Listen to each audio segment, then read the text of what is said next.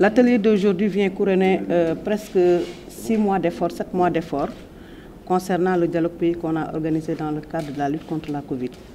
Vous savez, le Fonds mondial est venu avec une rallonge budgétaire pour accompagner le Sénégal dans la lutte contre la Covid.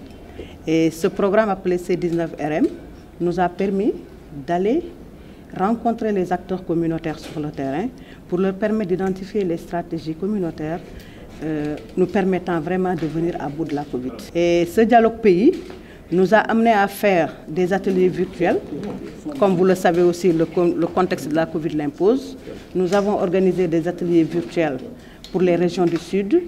Et pour les régions du Centre et du Nord, nous avons organisé des ateliers en présentiel, ce qui nous a permis effectivement d'identifier les stratégies et activités prioritaires, qui a permis d'alimenter la demande complète et la demande accélérée pour le Fonds mondial, qui a été acceptée à la fin du mois de juillet, quand on a déposé la demande, la soumission du Sénégal en fin juin 2021.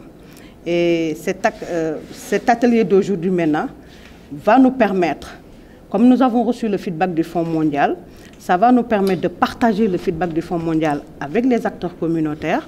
Ça va nous permettre également non seulement de tirer les leçons apprises, mais également de définir des stratégies qui nous permettent de suivre le processus.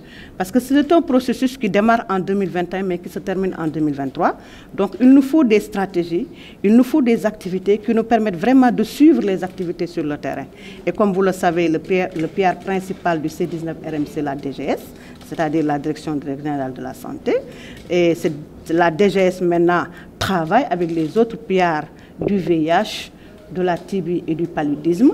Et nous, en tant que société civile et en tant que comité de veille, nous allons accompagner le processus de suivi sur le terrain pour effectivement travailler avec les programmes, mais travailler aussi avec les acteurs communautaires pour la complétude de nos activités, mais également pour s'assurer qu'effectivement toutes les activités identifiées ont été mises en œuvre sur le terrain. Nous allons demander aux acteurs communautaires, et c'est l'objet de la réunion d'aujourd'hui, nous allons demander aux acteurs communautaires de définir des stratégies qui nous permettent d'accompagner les acteurs sur le terrain.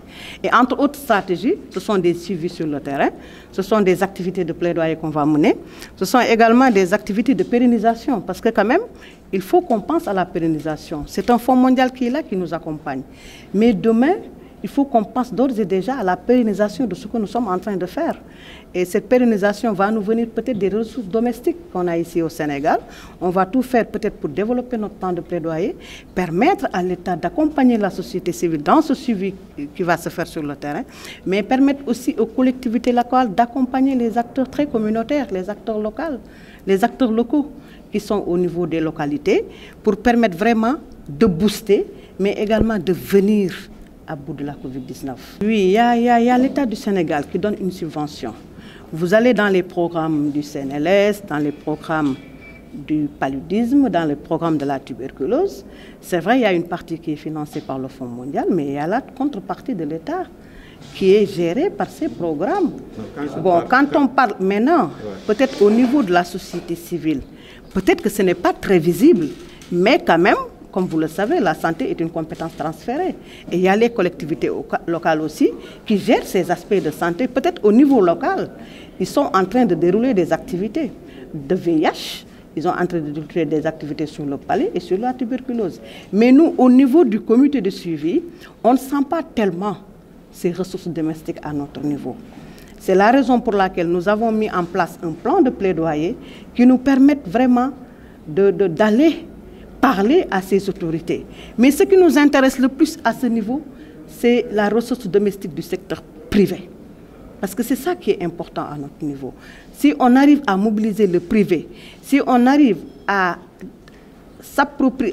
demander au privé de s'approprier ce que nous sommes en train de faire, et que si les privés arrivent à adhérer à notre cause, je pense qu'on aura vraiment gagné la bataille du VIH, du palud et de la tuberculose. Et nous sommes en train vraiment de faire pour amener ces privés vraiment à accompagner la société civile.